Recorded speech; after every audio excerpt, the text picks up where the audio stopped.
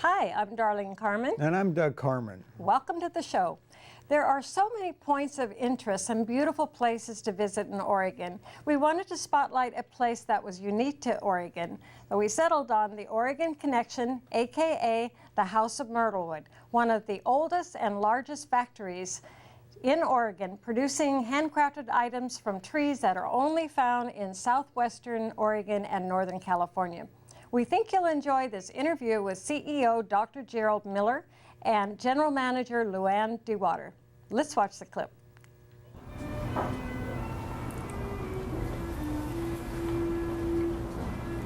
Hi, we're here today at the Oregon Connection, the House of Myrtlewood.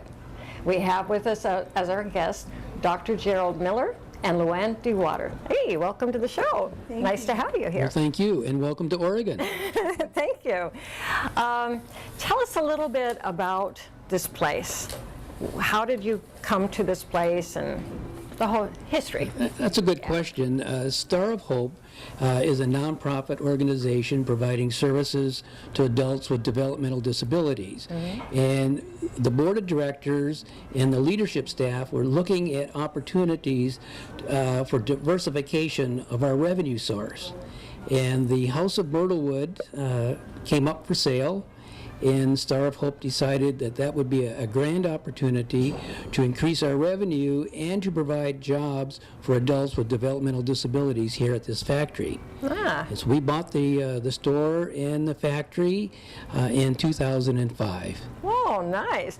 But now it goes back even further, right? It does. It does. The House of Myrtlewood has been in this area since 1929. It was located about 1.5 miles down the freeway from us, and it became so large that they had to move. And actually the building that we're in right now, it was an old door and sash factory, and so it fit the need really well. Because here at the Oregon Connection, we are a working factory. About 90% of all the products that you see here in the store are made right here in back. Wow. The other 10% are from local artists in the area that need a place to sell their items. And some of them have been with you a long time. Yes. You were telling me that. Yeah. Well, let's hear a little bit about the tree, Myrtlewood. What is the connection here with Oregon? Well, the Myrtlewood tree is a unique tree only on the coast of Oregon. No place else in the world will you find a Myrtlewood tree. Wow. It's a very hard, dense wood that takes a very long time to grow and to harvest into commercial use. But it's unique to the Oregon coast, and that's what makes it a special collectible item to work with by hand and to have in your house as an heirloom. Well, because you are a factory, we'd like to go behind the scenes a little bit and also see some of your beautiful furniture. Great, I'll take you that way. Are you listening?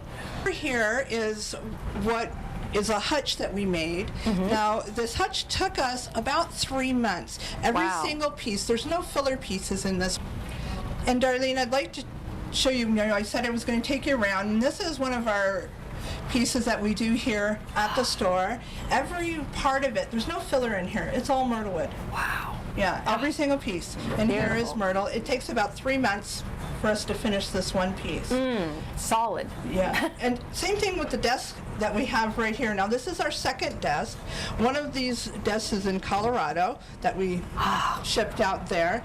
There again, you're talking about 3 months. The patterns are so beautiful. The colors of myrtlewood, that's what's so wonderful about it. Oh, so it's such variety. That's what I like about the variety of it. You bet. And then you've got a piece over here too? Right, and this is just a shelf, a little shelf that you can fit anywhere in the home. We do a lot of, as you can see, a lot of one-of-a-kinds. Yes. Yeah, there's not one-of-a-kind here, 1 or 2 pieces of it, and then that's about it for us. And then we move on to a different. Yeah. For instance, your bowls has to be one of a kind, right? Yes, we do no machine patterns here. It's all done by hand. And as you see in this bowl, we have some burl right up here, and the other is this quilting or fiddleback that we call it. And they call it fiddleback because they used to pick the finest of the finest wood to put in the back of fiddles. Huh. And that's why this is called fiddleback. Oh. It's very rare to see the quilting in fiddleback, and it almost looks like the wood itself is moving. Oh my goodness. Now what about the finish here? Now the finish is mineral oil. Mineral oil is safe, colorless, odorless. Yeah. Wow. Oh, this is beautiful. And of course you have this large piece over here. Right. Now this bowl is a 16-inch bowl. It's 4 inches deep, and those two are very rare. We probably produce about 20 a year is all we can find in all of the logs that we mill. Wow. To get a piece that is solid enough so it doesn't break on the lathe or warp. Yeah. Yeah. Now, this looks very modern to me, this piece here. This is a tray? It is a serving tray, and it is modern. This is one of our newest pieces. We just brought it out about a month ago on the floor. Very lightweight. It has a nice curve to it. The lines are nice and smooth and sleek. So this is hot off the press. Hot off the press, yes. And this piece too? Yeah, that is something. Placemats? Placemats. Wow. I heard folks talking about why don't we make placemats, and that's another thing that we do is a lot of customers come in and give us suggestions, and we move forward with them. Makes sense. Wow. Well, let's see a little bit more. All right, we'll do it. You can see we have a vast variety of items in our showroom. We do have a 5,000 square foot showroom that, shows all of our pieces here. Just beautiful. Each one of these pieces here, just a quick rundown on them. You see the shine, it's about, and doing that about 7 times till you get this finish. Now, one of them you were showing me that had a combination of rough finish and where was that piece? Let me show you. Where was that piece? It's right over here, and it has all of our different. There it is. Yeah, it shows 3 different types. It's the poured finish, then we have the natural finish on the sides, and then Ray, our artist, he decided to do a really finished piece on the bottom. I really like that. Yeah, it shows all 3 types. Wow. Beautiful. These are all of our kitchen items. Well, not all of them, but a good number. We have the salt and peppers that we do here, the wooden spoons. The baskets here are done by a local artist, and he was an old boat builder. He used to build wooden boats, and he retired, and he still wanted to work with wood, so now he builds these baskets for us. Oh, look at this. What detail. Over here in this section here, we have a wide variety of the bowls. The bowls come in any size from 2-inch by 6 inches wide, all the way up to 18 to 20 inches by 4 to 5 inches deep. So there's a good variety of items over here that you can. I just love all the colors. It's just so beautiful. And I can't emphasize enough, no 2 bowls are the same. Yeah, yeah. Where your wannabe artist comes and gets material to play with. Is that right? That's true. Yes, we have all kinds of different sizes in here. The wood that we bring in this room is the same wood that we would use in our factory.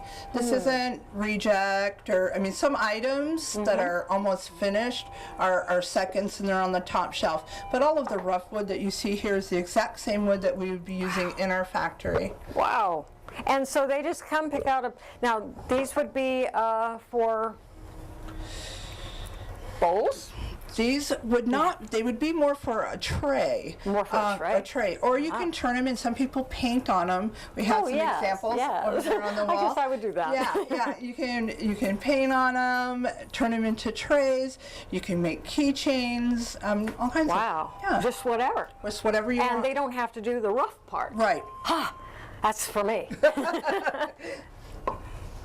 We have a lot of individuals that come in and ask for special cuts for us, and if we can do it, we're more than happy to oblige people to, And so you have some unfinished bowls that would be, they would finish them, they would sand them. Right. We have blanks over here that have been taken to this stage, Yes. and then somebody can take them home and do it themselves. Yeah. Yeah, because it's a lot of work. It is a lot of work, and they're pretty reasonably priced, and so the person who's trying to learn a lot of times will come and grab an item, and they'll be able to take it home and practice. Now what about the gunny sacks? What's in there? Now the gunny sacks are pieces just like Down there. this, and this again is the same wood that we would use in our factory. It's just for the hobbyists, and there's 30 pounds in the gunny sacks worth of wood. And I want to say too, all the wood in here is dried. We don't sell wet wood unless somebody. Which takes months, right? It takes months to dry wood. Yes. For our factory, right here, this is where people start. Oh, yeah, it's this thing. Oh my, this smells like bay. It is. It's in the bay. The myrtle wood tree is in the bay laurel family. Wow. Yeah, you can use the leaves in cooking just like you would bay leaf. You only want to use about 1/3 the amount though, because it is very strong. Yeah. Can you burn it? I mean, like we throw it on the Barbie. Right. Yeah. you can burn it. You can use it in the same way. I just warn people to be careful because it can overpower the sauce. It's important here at the House of Myrtlewood for us to use all parts of the tree. This is shavings that come from when we turn the bowls and we rough out the bowls. Yes.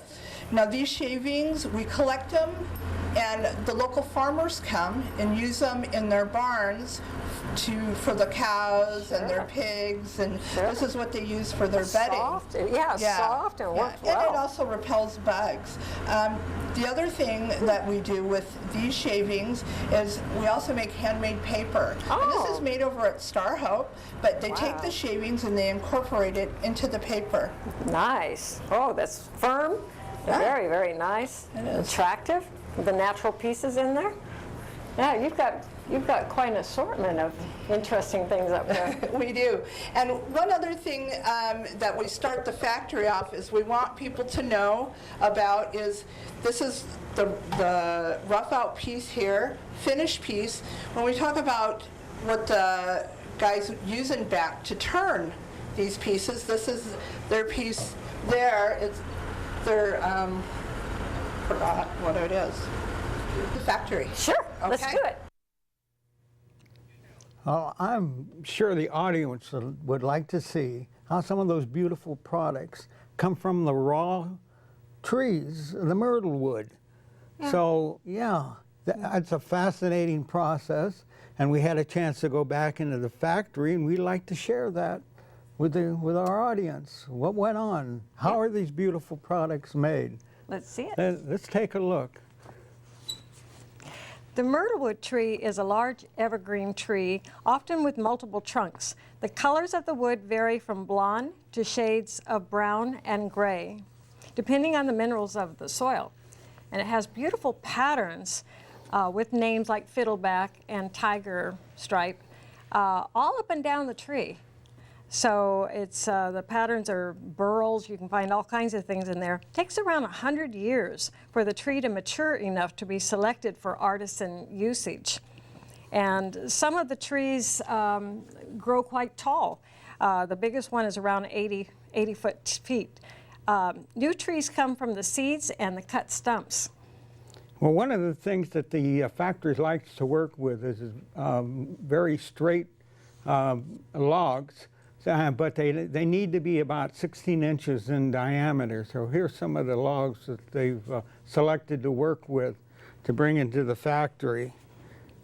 Well, the mill is very expensive to operate, and so it's better to have all the milling done at one time. So for about 2 or 3 days, they'll just concentrate on the milling portion.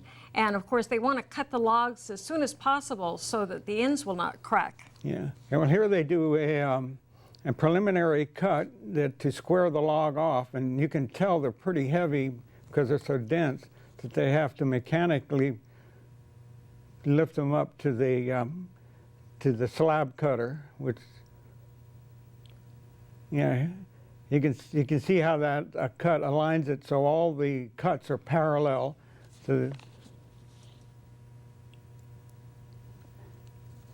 And here they're Yeah. cutting it into different Yeah. size slabs. Yeah, this is the next step where they rough cut it out to get the wood ready for cutting. So the circles are next cut from, they're called blanks, and they're cut from the slabs. So they have different sizes, and the object is to get as much as they can out of the wood, out of the slab, so they don't really waste anything. And then here you see he's cutting out the access with a bandsaw, and he wants to get just the round shape without having all that extra stuff around. And of course, none of the wood goes to waste. They can use the smaller pieces either for little carvings, or they can use it to heat the furnace and heat the building itself. So you see he's quite skillful going around in the circle like that. You know, there's a nice bowl. That's going to be a big bowl, it looks like. See, it takes, the next step, yeah, is the rough cut for the bowl. The wood is, in this state, is easier to cut because it's green, and of course it will dry faster. There's not so much wood in there. Well, it's much easier for them to rough out the bowl, because then instead of having this big block that would take a long time to dry and it would dry unevenly, this way they get rid of the extra wood that they don't need, and it makes it the next step much easier as well. And so that's why they do this. Yeah, at this point, yeah, when they get finished with a rough cut, they date it. They tell us so that way they know just how long the bowl is going to be sitting in this drying room. It takes 9 weeks to dry. The blanks are put into holding rooms that are heated so that all the pieces will not collect moisture. And as you can see, he's stacking them up, and he wants them to dry evenly, so he stacks them quite neat. Yeah, they stack all the same sizes together. And here you can see some of the dates on the bowls. Just look how tidy that room is. I'm envious.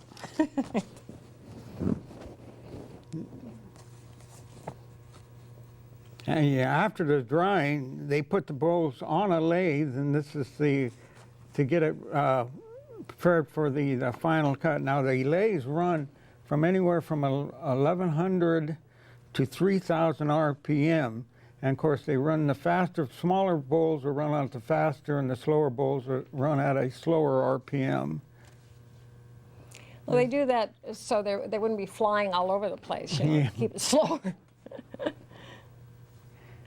Yeah, this one is a smaller platter, and I'm sure that was run fast. Just look at the grain in that. Yeah. Well, one of the unique things in this factory is that they have drive shafts. They run most of the lathes in the mill. And this was fascinating. This technology was introduced in America in the late 1700s.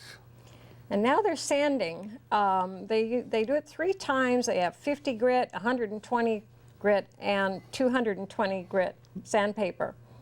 So, and notice all that dust flying there from the sawdust into the vacuum. I was really kind of surprised to find out that he didn't wear any mask. I mean, that's not really good for you to go around and be breathing that stuff, you know? It'd be better to wear a mask. And he's doing the final inspection and final little soft sanding to make sure there's no rough edges. Very particular.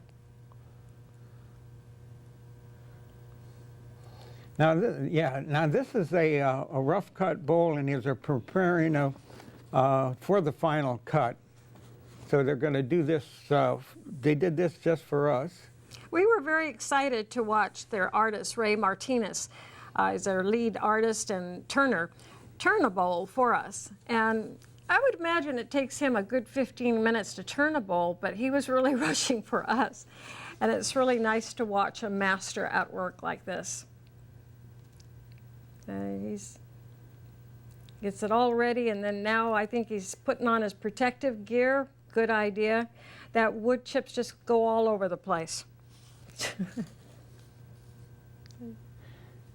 Yeah, wood cutting really is an art between the hand, eye, and the Machine. skill of the operator and machine. Yeah.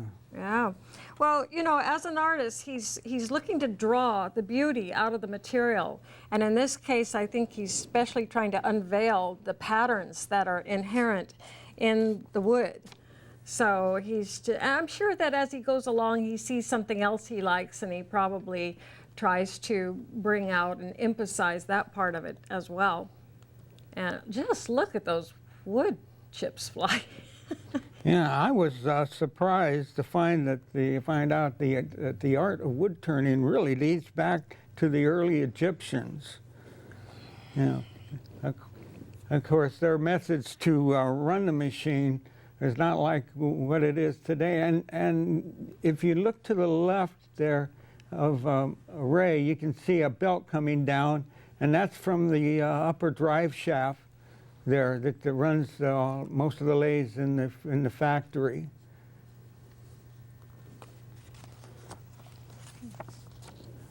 How'd you like to clean up that every day? Yeah. There were chips all over the place.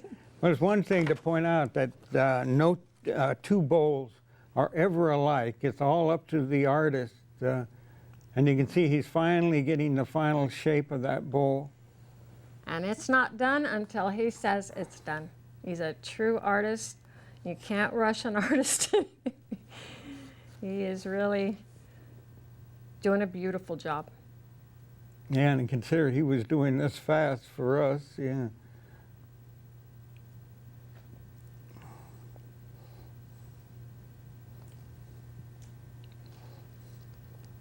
The concentration there, you can see.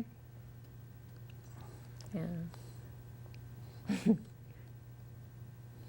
It's, Wonder if he ever gets it in his ear. More chips everywhere. sound.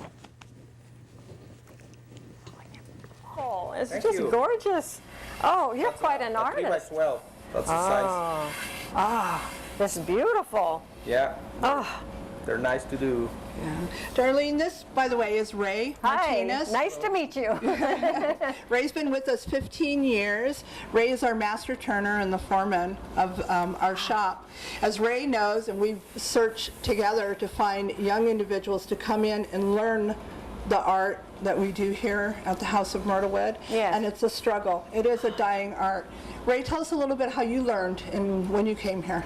Well, when I first started working here, I didn't even know what a wood lathe was, to be honest with you. Yeah, And then yeah. Greg Holter, who was the foreman at the time, he showed me how to turn. Wow. And I fell in love with it right away. I thought it was pretty cool, you know, that I can do that. It was Shape, something you know, a rough picked up piece of wood. easily, or did you really have to work at it? It took me about 6 months to learn how to do it right. Ah, You know, because he was picky just like I am right now, Yeah, how to do yeah. it. Otherwise, once you start getting off, you know, farther down the line, and everything looks different. yeah. So yeah. we try to keep it the same way, and that's how I came about me doing this, you know. So are you training now other people, Yes. trying to Yes. pass on the art? yeah. It's just We're like a trying to do dying that, art. and like Luan said, it's kind of hard to find, you know, the people that want to do it nowadays. You know, they just don't want to.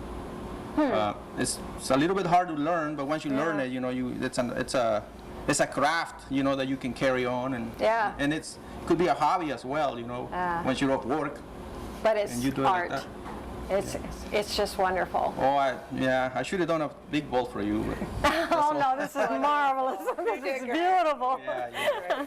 Thank you so Those are much. fun. Oh, you're welcome. Well, I just want to thank you so much for allowing us to be here today and film what you do. It's just totally fun. Thank you so much.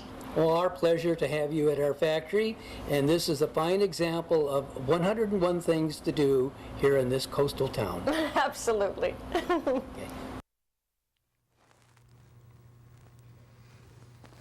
And here is the finished bowl. So if you look carefully, you'll see the fiddleback in here, and the wood's kind of shimmering. It's just a beautiful thing. Also, you see some burls, and maybe even see some fantasy faces and animals in there if you look hard. It's just, each piece is unusual. Yes, like each piece is unique. One of the things we want to point out is that the bowls are first have a mineral oil, and it's left on the bowl for overnight and then rubbed the next day, and that gives it its final finish. That's all they do to it. Of course, that when it's in the oil state, you have to occasionally put some mineral oil on it and wipe it out again to renew the luster in the bowl. But other than that, they're beautifully. It brings out the color too. If you Yeah. notice, it brings out the color of the wood. It makes it look so much richer. And I wanted to point out the signature here, and it's burned because they can't put a label on oil. So they burn it in there, and there's Ray's signature there too. But the mineral oil, they have other finishes, but this is the one for food that is good to have, because it's odorless and tasteless, and it doesn't get rancid, and well, we don't want to talk And about it doesn't feel like it feels it's very dry. And also, yeah, and each bowl then is also signed by the artist. that. Yeah. So other finishes, but you can see the work is just beautiful in this. It's just something you'd have forever.